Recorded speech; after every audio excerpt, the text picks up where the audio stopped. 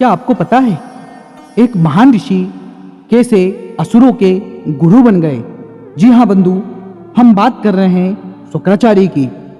एक कथा के अनुसार शुक्राचार्य महर्षि भृगु और हिरण्यकश्यप की पुत्री दिव्या के संतान थे।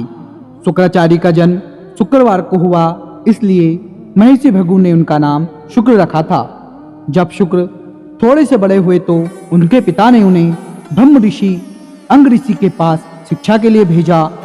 अंग ऋषि ब्रह्मा के मानस पुत्रों में सर्वश्रेष्ठ थे और उनके एक पुत्र बृहस्पति थे जो बाद में देवों के गुरु बने। शुक्राचार्य के साथ उनके पुत्र बृहस्पति भी पढ़ते थे।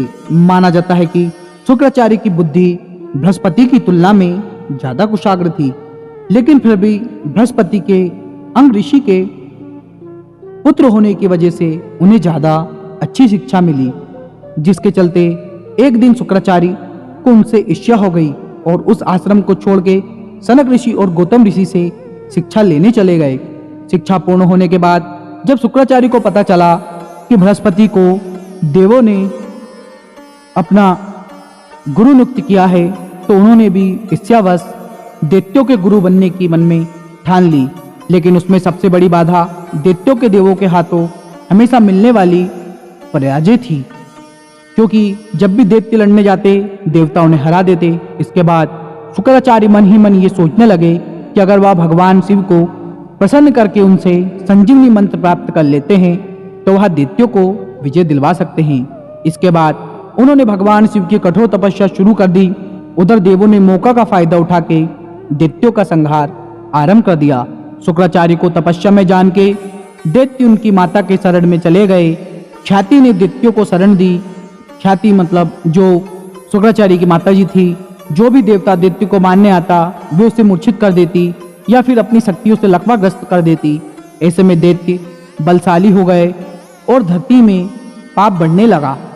तब धरती पर पुनः धर्म की स्थापना के लिए भगवान विष्णु ने शुक्राचार्य की मां और भृगु ऋषि की पत्नी ख्याति का सुदर्शन चक्र से सिर काट के दैत्यों के संहार में देवों की ओर समूचे जगत की मदद की। जब इस बात का पता शुक्राचार्य को लगा तो उन्होंने भगवान विष्णु पर बड़ा क्रोध आया और उन्होंने मन ही मन उनसे बदला लेने की ठान ली। वो एक बार फिर शिव की तपस्या में लीन हो गए और कई सालों की घोर तपस्या के बाद भगवान शिव ने उन्हें संजीवनी मंत्र दे दिया।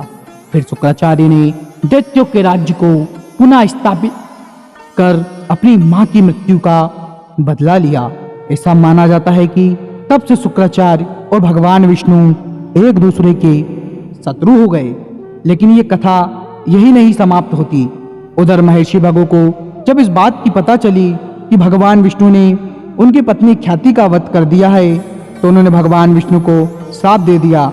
उन्होंने एक स्त्री का वध किया है, इसलिए उनको बार बार पृथ्वी पर मां के गर्भ से जन्म लेना होगा और गर्भ में रहकर कष्ट भोगना पड़ेगा। इस श्राप से पहले भगवान वराह अवतार, मत्स्य अवतार, कुर्मा और नरसिंह अवतार लेकर प्रकट हुए थे। लेकिन श्राप के बाद उन्होंने भगवान परशुराम, भगवान राम, भगवान कृष्ण के रूप में जन्म लिया। तब उन्हें मां के पेट में रहकर पीड़ा झेलनी पड़ी। हालांकि बाद में शुक्राचार्य से बृहस्पति के पुत्र ने संजीवनी विद्या सीखकर उन्हीं का पतन किया। बंधुओं, ये कहानी थी दैत्यों के गुरु शुक्राचार्य की। आशा करता हूँ यह जानकारी आपको पसंद आई होगी। यदि यह वीडियो आपको पसंद आया तो कृपया कर चैनल को सब्सक्राइब और वीडियो को लाइक करना ना भूलें। मिलते हैं किसी नए वीडियो में। जब तक के लिए जय श्री राधे, जय श्री महाकाल।